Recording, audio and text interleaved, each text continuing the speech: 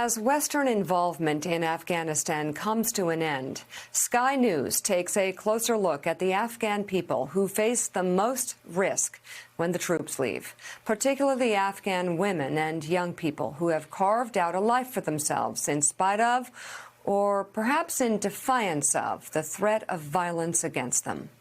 Sky News special correspondent Alex Crawford reports from Kabul.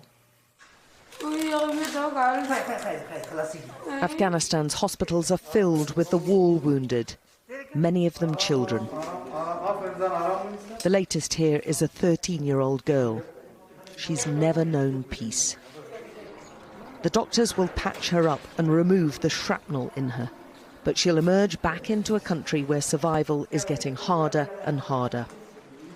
There's been a spike in fatalities and casualties as Allied troops begin to pull out after nearly 20 years, and the Afghans fear it'll only get worse. No one's safe, not even medics saving lives. He's a doctor, shot after refusing an X-ray on a patient he suspected had coronavirus. There are multiple dangers facing everyone in this country, and he signals his appreciation to his fellow medics. I'm okay, thank you.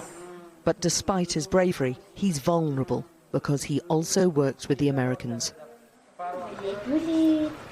Many who worked alongside the US troops are fleeing for their lives. Fatima, that's not her real name, and her children have gone into hiding after death threats from the Taliban for her work in empowering other women. She thought she was building a new and better Afghanistan, but now she's viewed as a spy and enemy collaborator by the Taliban, and her former US partners are leaving her to face the fighters alone. I feel extremely abandoned. I am in danger. It's not only that I am in danger, now my kids are in danger also. Because now, they came behind my door, they sent me, messages through the phone. They got in touch with me in many different ways. So it's the lives of my children and myself, both of us. So especially my kids at this point. They won't leave us, they won't leave me alive. I'm worried about my people. What's going to be happening with them? Female activists like Mabua Saraj told us of the fear of the advancing Taliban.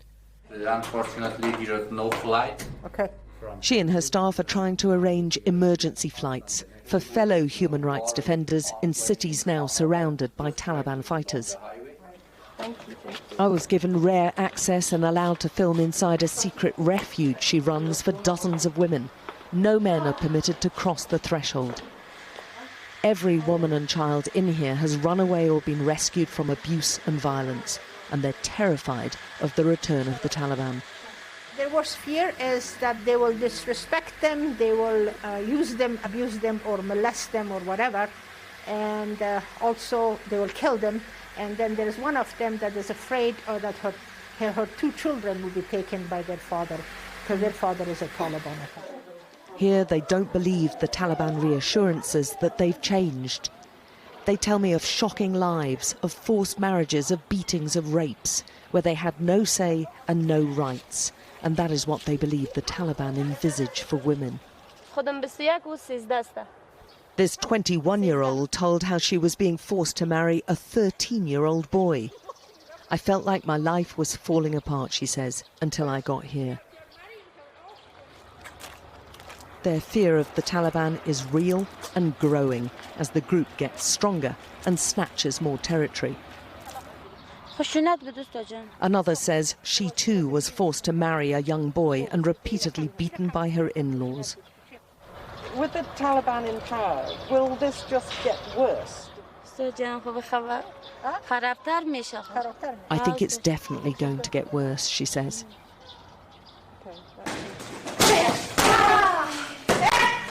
The young women of today's Afghanistan have had a glimpse of free thinking and independence.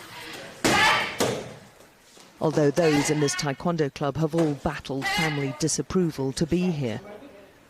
And their martial arts training combine the skills necessary in this country, how to survive bomb blasts and bullets.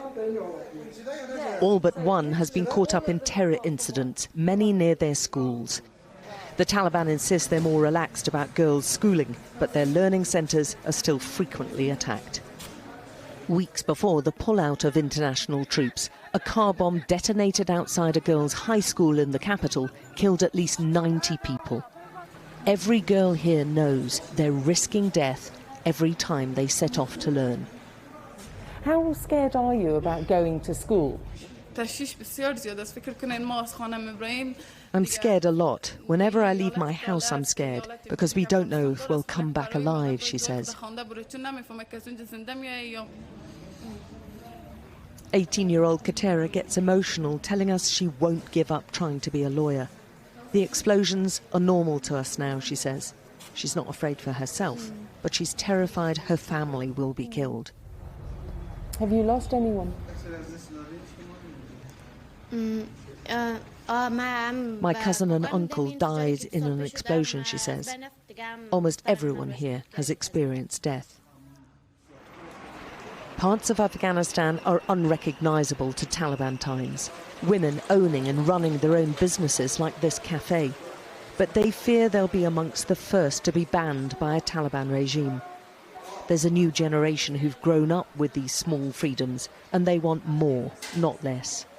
I'm not feeling good because if they come back to Afghanistan, so we will have lost all of these rights to go out or even go out of home. I don't like a scarf, but I can like... she has to wear a scarf. If Taliban come, I have to wear a scarf. And it's awful for me. Next door to the cafe, there's a beauty salon, again owned and run by a woman. All this was taboo under the Taliban regime, and many fear it won't be long before the strict rules about what women can and can't do are enforced again. On top of the hills surrounding the capital, there are monuments to the school children killed in terror explosions, and these graves are still increasing, with few optimistic about Afghanistan's immediate future. Alex Crawford, Sky News, Kabul. Wow.